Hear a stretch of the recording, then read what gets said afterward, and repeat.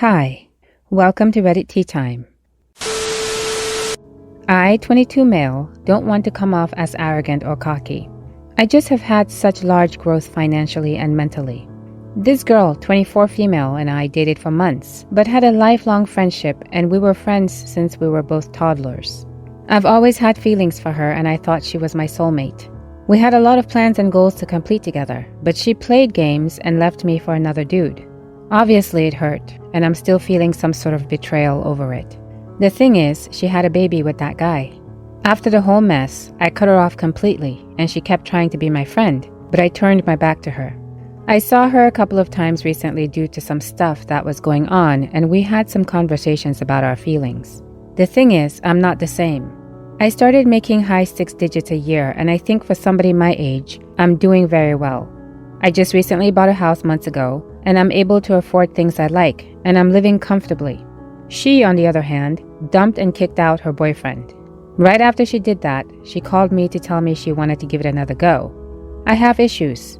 Ever since she left me, I was feeling lonely and I'm still attached to her. But I also don't believe she wants to be with me over her feelings for me, more so because I'm successful now. How should I handle things with her? I don't want to be rude, but I do want to know her true intentions. Now for some comments. She doesn't want you back. She wants you to help her with someone else's kid. The someone she chose over you. Block, move on, find better. She didn't choose you before. She doesn't get to choose your money now. Don't take her back. Her true intentions are clear as day, bruh. What else do you want? Her to spell it out for you? Move on and pay no heed. It literally doesn't matter what her intentions are. An ex is an ex for a reason. You know exactly why she's crawling back now after you turned your life around. Block her and move on with your life. She doesn't want you. She wants what you can provide. That's all there is to it. Remove her from your life permanently and find someone who actually wants you, not what you have.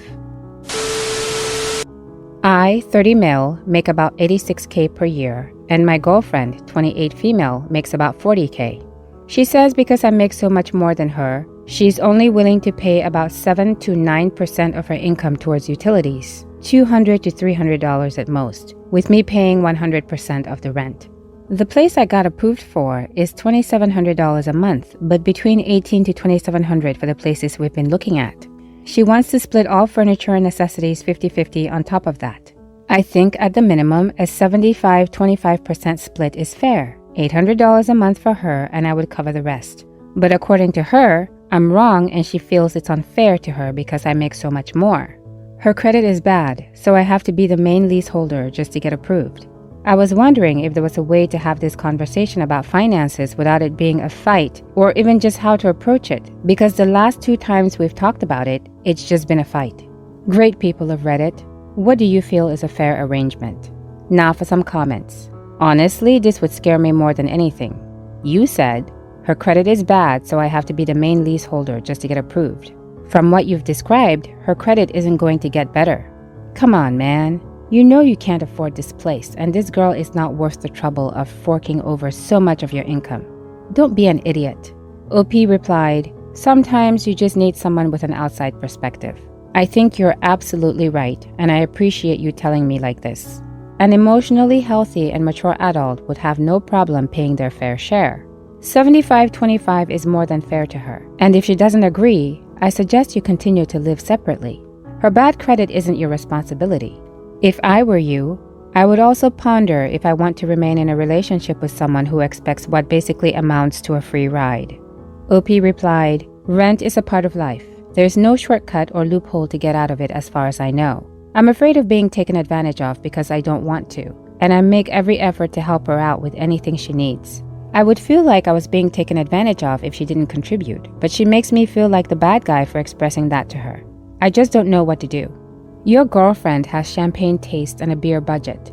There's a fight because you aren't caving and paying her bills. FYI, bad credit is something that will hang around for years. She'll be wanting you to buy her a car next. How did she ruin her credit?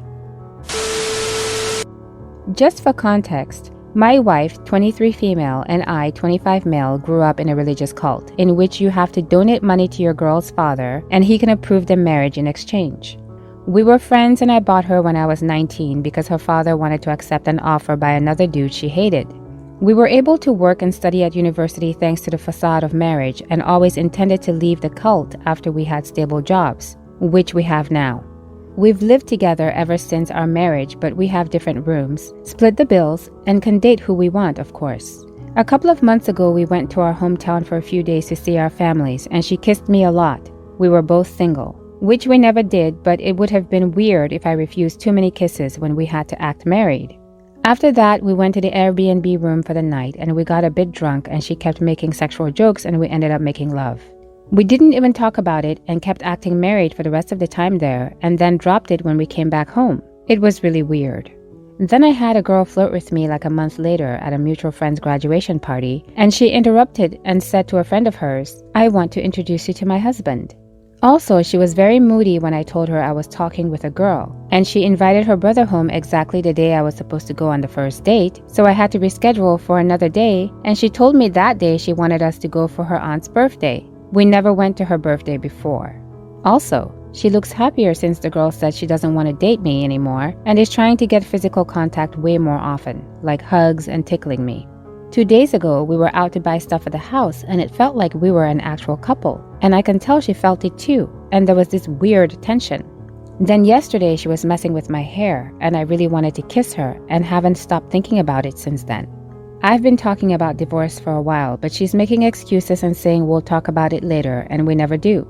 I'm really confused about all of this. I've never been so attracted to someone before, and she's a great person.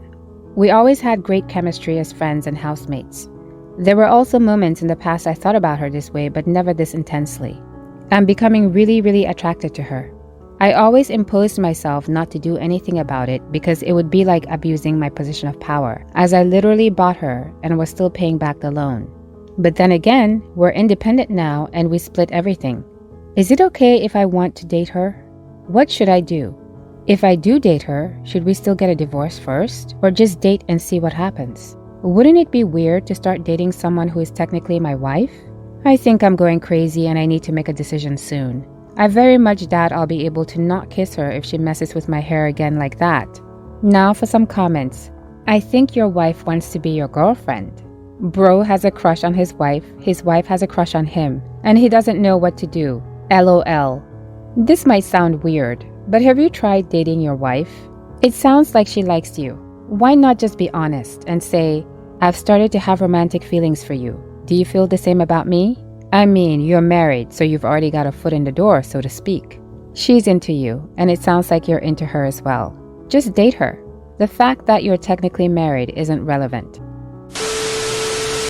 My friend and I are both 33 female, parents to preschoolers, and we've known each other for a really long time.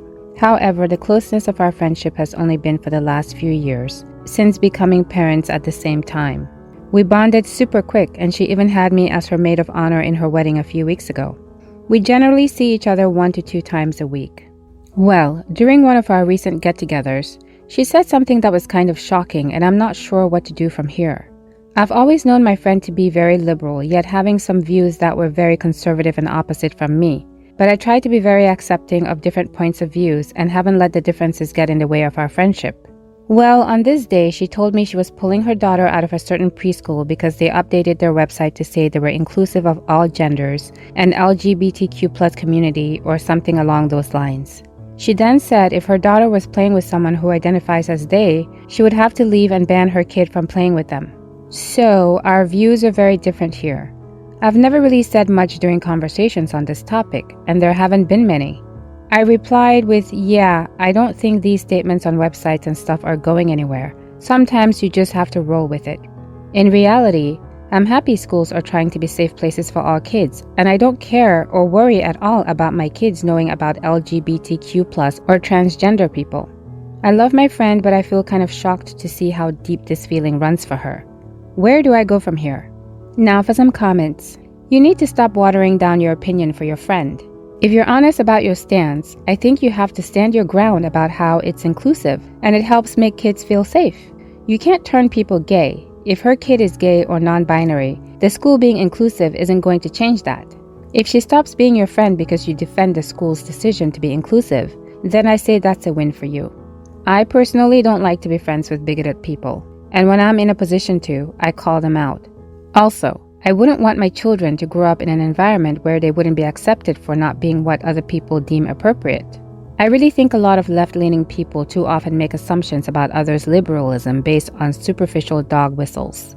How many of us have actually asked our friends, do you believe systemic racism and sexism exist and are wrong? Or do you support equal rights for LGBTQ people? You and this person don't share core values, which I feel should be the basis of any friendship. And a very wise stoner once said to me decades ago in high school, "You are who you hang with, man." By not speaking out, you're normalizing her bigotry and hatred. She believes that this is normal and right. It's not. It's ignorant, cruel, and awful. You don't need to be confrontational about it, but you certainly have a moral obligation to let her know that this is not a belief set that you agree with. I had a nice friend. She was very religious. I'm not, but I respect that. I was even really happy to see her kids baptized, thinking they would have a nice community to live in. We'd always have great open discussions about religion even. During one of those conversations, I asked what happens when her girl turns out to be gay. She said that would just be her burden to carry, that it was an assignment of God. She would have to be alone or get over it and be with a man. And she wouldn't be lonely, she would have a family.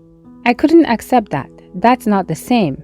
She was okay with her kid never having true romantic love and intimacy. I couldn't and wouldn't hide my opinion on it, and I was no longer welcome after that.